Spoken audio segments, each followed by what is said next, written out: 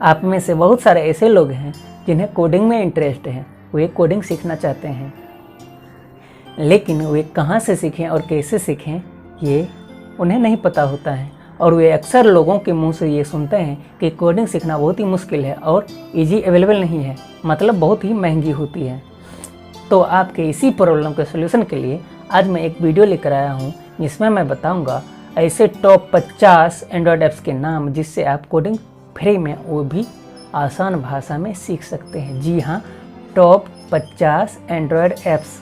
कुछ लोग ये गलती करते हैं कि पहले उन्हें कंप्यूटर साइंस का बेसिक पता ही नहीं होता है और वे किसी न किसी प्रोग्रामिंग लैंग्वेज को उठा लेते हैं, जैसे पाइथन, जावा, किसी को भी एकदम से सीखना शुरू कर देते हैं जो उन्हें समझ में नहीं आती है और उनके लिए कोडिंग बोरिंग लगने लगता है और वे उसमें इंटरेस्टेड नहीं हो पाते हैं, जिसके कारण वो अचानक से कोडिंग करना छोड़ देते हैं या फिर गिव अप कर जाते हैं। तो इसके लिए ज़रूरी है कि आप पहले कंप्यूटर साइंस के कुछ बेसिक चीज़ को समझें, उसके बारे में जानें और कुछ ऑपरेटिंग सिस्टम को समझने की कोशिश करें।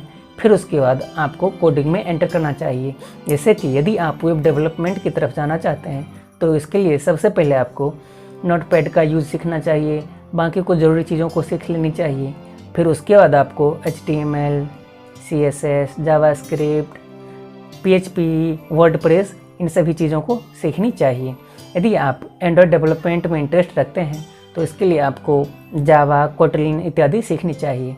या फिर आप यदि हैकिंग में, एथिकल हैकिंग में इंटरेस्टेड हैं तो इसके लिए आपको पाइथन सीखनी चाहिए।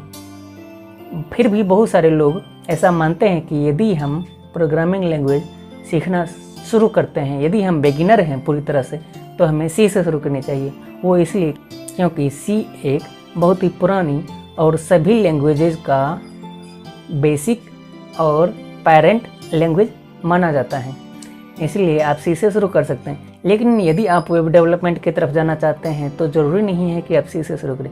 आप HTML से शुरू कर सकते हैं या फिर आप पाइथन से भी शुरू कर सकते हैं। पाइथन बहुत ही ईजी और इंटरेस्टेड प्रोग्रामिंग लैंग्वेजेज हैं। हम कुछ भी सीखते हैं तो ये स्वाभाविक है कि हमें उसमें डाउट्स और प्रॉब्लम आएगी ही आएंगी और हमें ज़रूरत होती है उन डाउट को सॉल्व करने के लिए। तो बहुत सारे ऐसे ऐप आपको इस लिस्ट में मिल जाएंगी जिनमें आप अपने सीनियर कोडर से या प्रोग्रामर से अपने डाउट पूछ सकते हैं। आपने कमेंट सेक्शन में अपना डाउट लिखेंगे और वे आपका डाउट सॉल्व कर देंगे। तो इस प्रकार की भी आपको सुविधाएं मिलती हैं। आपको किसी चीज़ को नोट बनाकर स्टोर करने के लिए ई बुक की ज़रूरत पड़ती है या फिर नोट की ज़रूरत पड़ती है, तो इसके लिए भी आपको बहुत सारे ऐसे ऐप मिलेंगे जिसमें आपको ई बुक के रूप में कोडिंग का या फिर किसी भी प्रोग्रामिंग लैंग्वेज का नोट्स मिल जाएंगे। और किसी भी चीज़ को सीखने के लिए ज़रूरी है कि थ्योरी के साथ साथ प्रैक्टिकल भी किया जाए। तो इसीलिए आपको बहुत सारे ऐसे ऐप मिलेंगे जिसमें आप कोडिंग थ्योरी पढ़ सकते हैं, सीख सकते हैं, उसके बाद खुद से उसमें कोड लिखकर रन भी कर सकते हैं। इसमें आपको वीडियो की सुविधा, टेक्स्ट की सुविधा, बहुत सारी सुविधाएं मिलेंगी। बस ज़रूरत है तो सिर्फ आप सीखना चाहते हैं या नहीं।